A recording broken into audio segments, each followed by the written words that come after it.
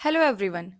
मुंशी प्रेमचंद जी की कहानी आत्म संगीत एक मार्मिक कहानी है जो ये संदेश देती है कि जो सच्चा संगीत होता है ना और निस्वार्थ प्रेम, वो दोनों ही ना व्यक्ति को ईश्वर की ओर ले जाते हैं।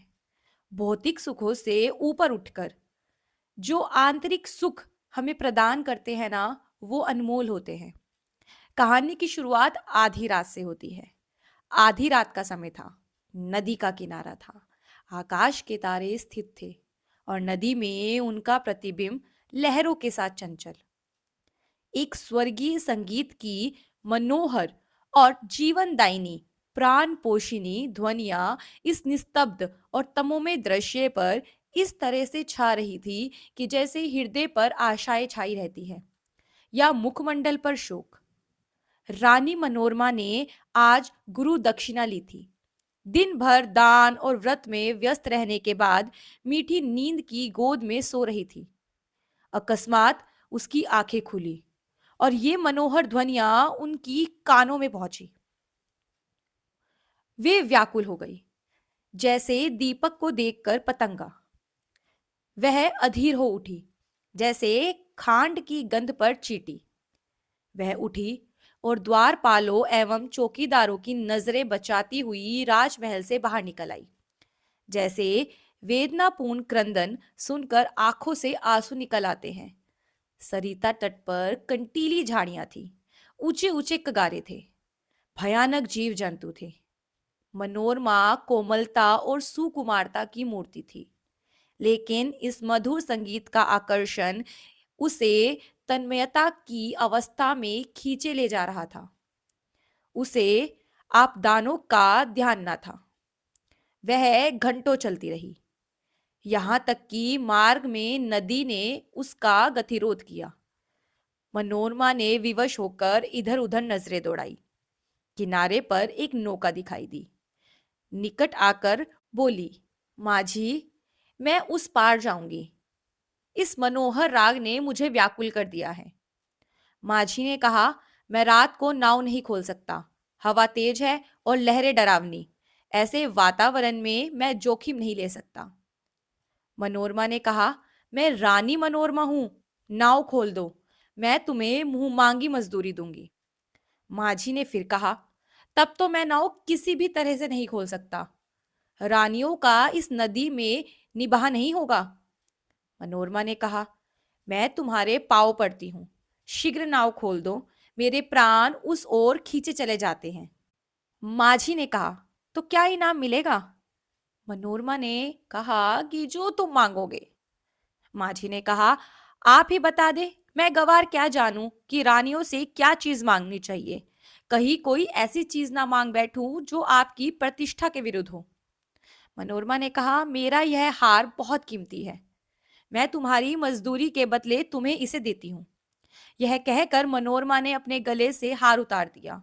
उसकी चमक से माझी का वह कठोर और काला मुख, जिस पर झुर्रियां पड़ी थी, प्रकाशित हो गया। अचानक मनोरमा को ऐसा लगा मानो संगीत की ध्वनि और निकट हो गई हो।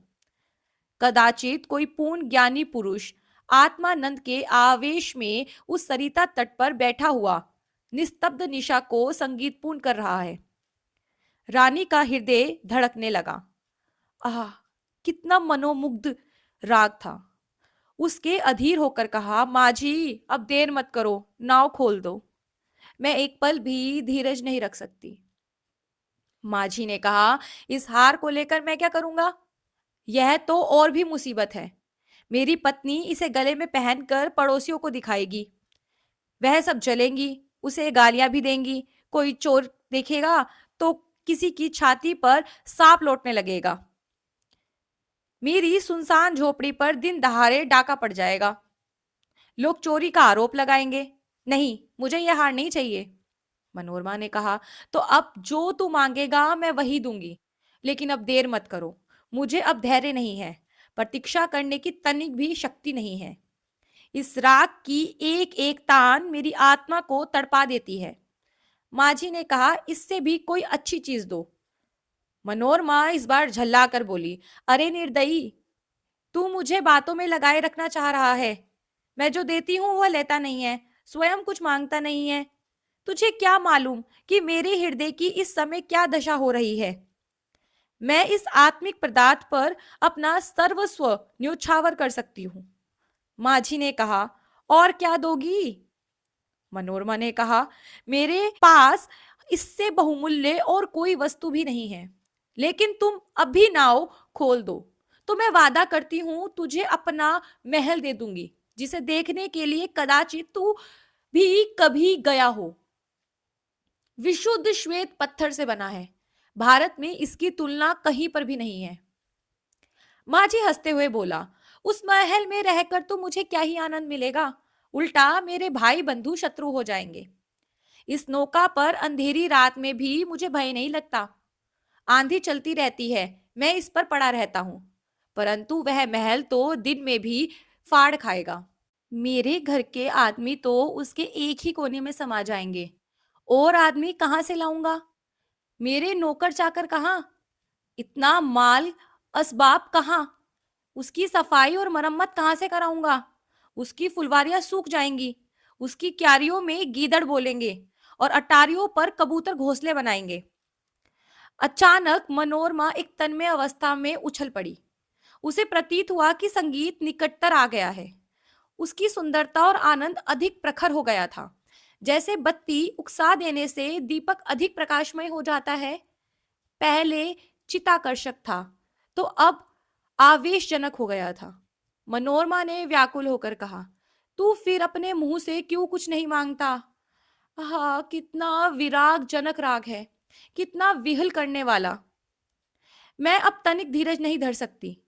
पानी उतार में जाने के लिए कितना व्याकुल होता है, श्वास दवा के लिए जितनी विकल होती है, गंध उड़ जाने के लिए जितनी उतावली होती है, मैं उस स्वर्गीय संगीत के लिए उतनी ही व्याकुल हूं।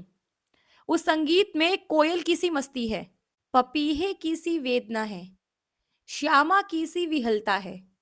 इसमें झरनों का सा जोर है, आंधी का सा बल है। इसमें वह सब कुछ है जिससे विवेकाग्नि प्रज्वलित होती है, जिससे आत्मा समाहित होती है और अंतःकरण पवित्र होता है।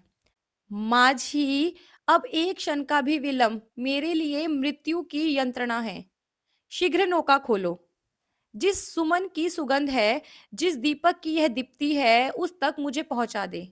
मैं देख नहीं सकती कि संगीत का रचयिता कहीं निकट ही बैठा हुआ है, बहुत निकट। माझी, आपका महल मेरे काम का नहीं है, मेरी झोपड़ी उससे कहीं सुहावनी है।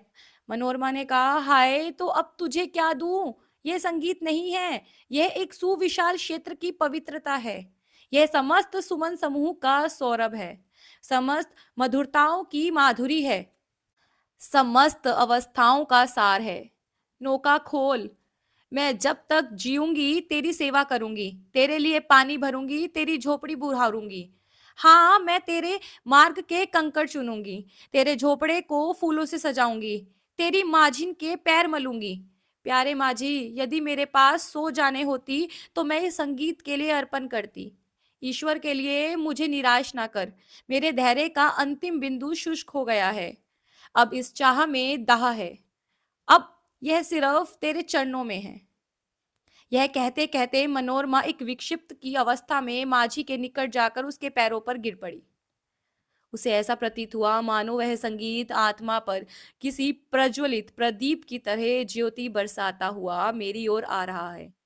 उसे रोमांच हुआ आया। वह मस्त होकर झूमने लगी। उसे ऐसा ज्ञात हुआ कि मैं हवा में उड़ जाती हूँ।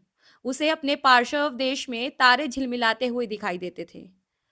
उस पर एक आत्म विस्मृति का भावावेश छा गया और अब वह वही मस्ताना संगीत, वही मनोहर राग उसके मुंह से निकलने लगा। वह अमृत की बूंदें उसके अधरों से टपकने लगी। वह स्वयं इस संगीत की स्तोत्र थी। नदी के पार से आने वाली ध्वनियां, प्राण पोषणी ध्वनियां उसी के मुख से निकल रही थी। मनोरमा का मुखमंडल चंद्रमा की तरह प्रकाशमान हो गया और आंखों से प्रेम की किरणें निकल रही थी। यहीं पर कहानी का अंत होता है। आपको कैसी लगी ये कहानी कमेंट करके ज़रूर बताना। अगर अच्छी लगी हो तो इसे लाइक कर देना, शेयर कर देना। चैनल पर पहली बार आए हो तो सब्सक्राइब करके जाना ऐसी ही और कहानियों के लिए। मिलते हैं किसी और कहानी कविता के साथ। तब तक के लिए take care and bye bye.